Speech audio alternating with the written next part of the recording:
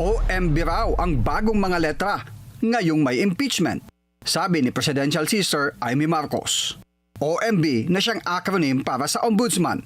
Sa kanyang latest social media post, sinabi ni Senator Amy na ito ang bagong panakot ngayon para bumoto para ma-impeach ang kanyang BFF na si Vice President Sara Duterte. Dagdag pa rito ang ibang ahensya ng gobyerno na mistulang na weaponized na umano.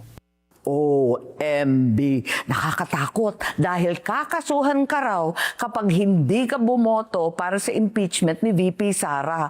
Tama ba yun? Nakakatakot talaga.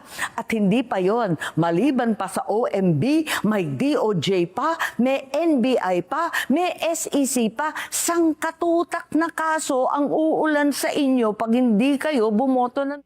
Pero may latest pa niya rito. OMB para sa may budget dahil bumabahaan niya ng cash ngayong ilang araw bago ang botohan sa Kamara. Sabi ni Senator Amy, 5 million cash o mano ang matatanggap ng mga boboto pabor sa impeachment sa Lunes. Bukod pa raw dyan ang dagdag na 3 million pesos sa buwan ng MOOE ng mga mambabatas.